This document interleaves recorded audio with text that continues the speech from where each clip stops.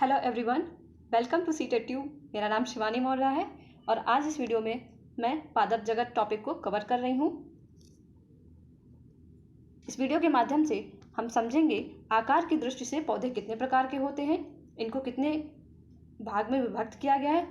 उसके बाद हम चर्चा करेंगे कि पौधे के मुख्यतः कितने भाग होते हैं, उनका क्या कार्य है। तो शुरू करते हैं इस टॉपिक को।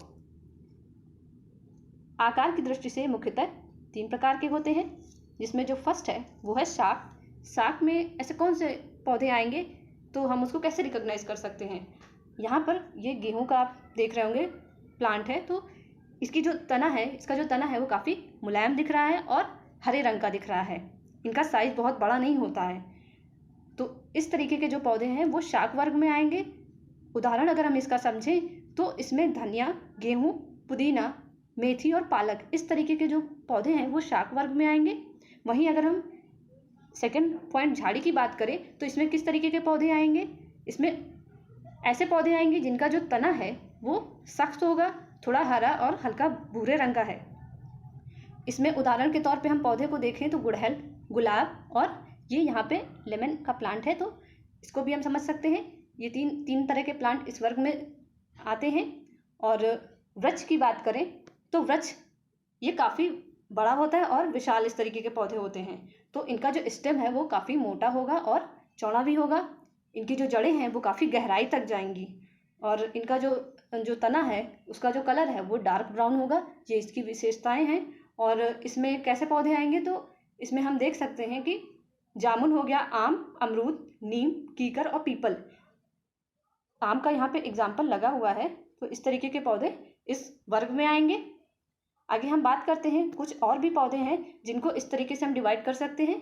जिसमें जो फर्स्ट है कॉलम में वो विसर्पी लता है, सेकंड आरोही। तो विसर्पी में ऐसे पौधे आएंगे जो जमीन पर फैल कर बढ़ते हैं। उदाहरण के तौर पे यहाँ पे पुदीना है, तरबूज और खरबूज और खीरा, ये जमीन पे फैल के बढ़ते हैं और अपना फल फूल वहीं पर विकसित करते हैं। तो इस तरीके के पौधे विसर्पी लता के अंतर्गत आएंगे। वहीं हम आरोही लता में बात करें तो इनको किसी एक ढांचे की ज़रूरत होती है जिसकी सहायता से ये आगे बढ़ते हैं। तो एग्जाम्पल में यहाँ पे मनी प्लांट है और मटर है। तो अगर हम इनको किसी पोल के सहारे या फिर किसी रस्सी के सहारे आगे बढ़ाएं तो ये काफ़ी बढ़ जाएंगे, इसलिए ये आरोही लता वर्ग में आएंगे। तो इनको भी ध्यान रखना है साथ में। अब बात करते हैं जड़ की। तो ये जो जड़ होती हैं ये पौधे का ऐसा भाग है जो मिट्टी के अंदर है, दिखती नहीं है, और इनका कलर जो है वो सफ़ेद भी है और कुछ मटमैला कलर भी होता है। तो ये इनको हम इस तरीके से रिकॉग्नाइज कर सकते हैं। इसका मुख्य कार्य जो है वो है मिट्टी को संरक्षित करना, क्योंकि इसी बारे में बताया जाता है कि पौधे हमें अधिक से अधिक लगाने हैं ताकि हम मृदा को संरक्षित कर सकें। क्योंकि जब अधिक वर्षा होती है तो मिट्टी काफ़ी हद तक बह जाती है। अगर हम पौधे लगाएंगे तो वो मिट्टी के कटाव को इस तरीके से रोक सकते हैं, तो सॉइल इरोजन इस तरीके से कम होगा। जो मिट्टी है वो खनिज लवण को अवशोषित करती है और जल को अवशोषित करती है, जिससे पौधा अच्छे से विकसित होता है। कुछ जड़ें भोजन एकत्रित करती हैं। अब हम बात करते हैं जड़ों के प्रकार की। तो इसको हम अगर एग्जाम्पल के तौर पे समझें तो बहुत अच्छे से समझ सकते हैं।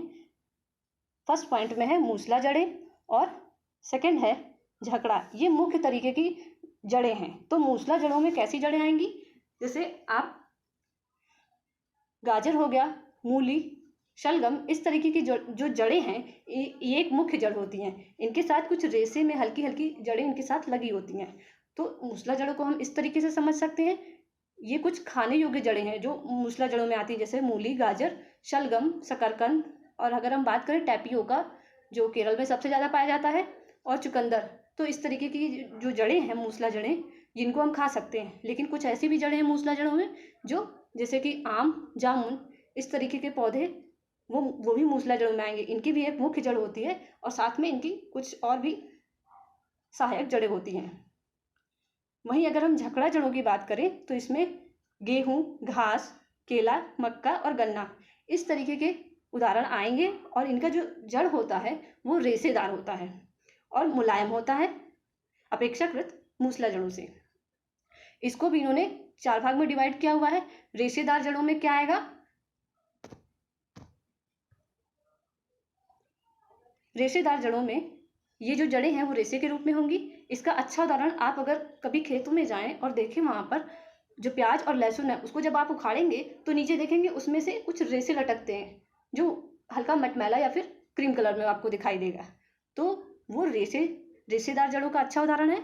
और परजीवी जड़ों की अगर हम बात करें तो परजीवी जड़ों में वे जड़ें जो दूसरे पौधों के ऊपर रहती हैं, जैसे अमरवेल। अब स्तंभ में कैसी आएंगी जड़ें?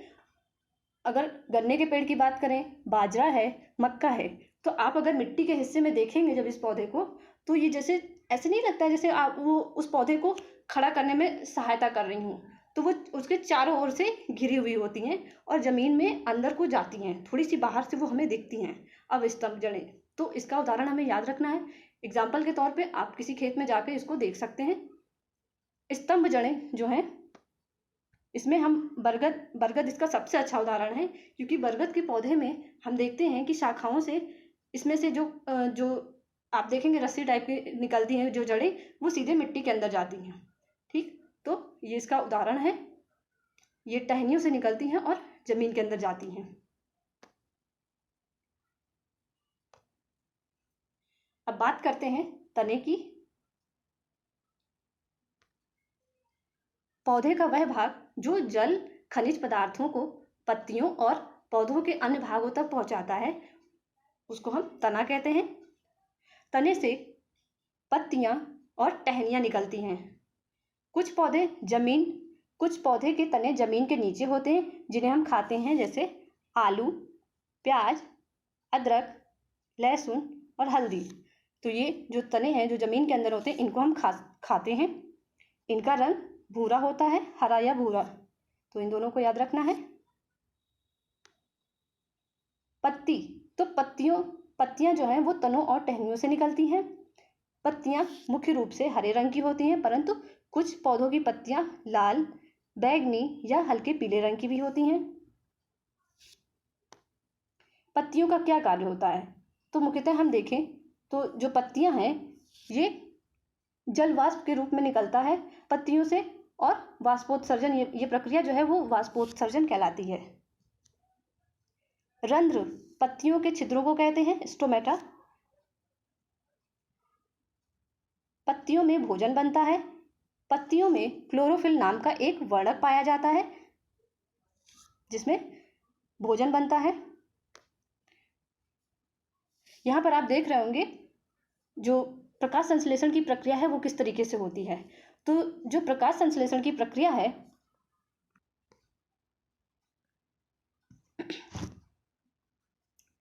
पत्तियां क्लोरोफिल और सूरज की रोशनी, जल और कार्बन डाइऑक्साइड की मदद से भोजन का निर्माण करती हैं, जिसको हम प्रकाश संश्लेषण कहते हैं। जो कार्बन डाइऑक्साइड है इसका उपयोग करते हैं, और पौधे जो हैं वो कार्बन डाइऑक्साइड और पानी का उपयोग करते हैं। प्रकाश की उपस्थिति में और क्लोरोफिल की उपस्थिति में ये ग्लूकोज का निर्माण करते हैं और ऑक्सीजन गैस जो है उसको निकालती हैं। इस प्रक्रिया से जो रंध्रों से जो ऑक्सीजन निकलती है उसके कारण इस पूरे वायुमंडल में ऑक्सीजन गैस विद्यमान है और हम सभी व्यक्ति इसी वजह से जिंदा हैं, क्योंकि मनुष्य ऑक्सीजन को ग्रहण करता है।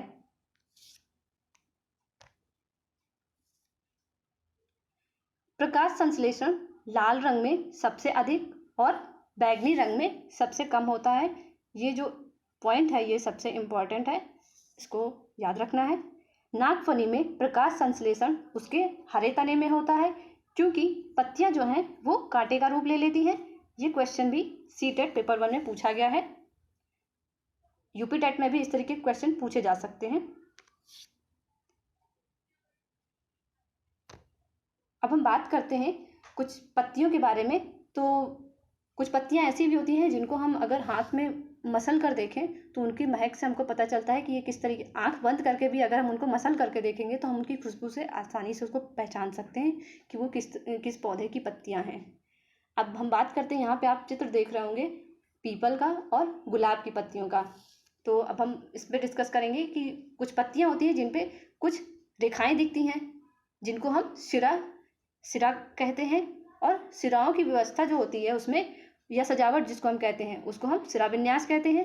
ये मुख्यतः 2 प्रकार की होती हैं। जो फर्स्ट है वो है जालिका और जो सेकंड है वो है समानांतर। तो पहले हम बात करते हैं जालिका विन्यास की। तो इसकी क्या विशेषताएं हैं? इसमें जाल के रूप में दिखाई देती हैं। तो इसको अगर हम थोड़ा सा बड़ा करके देखें, तो ये इस तरीके से दिखती हैं, जैसे इसमें छोटी छोटी जाली के रूप में दिखती हैं।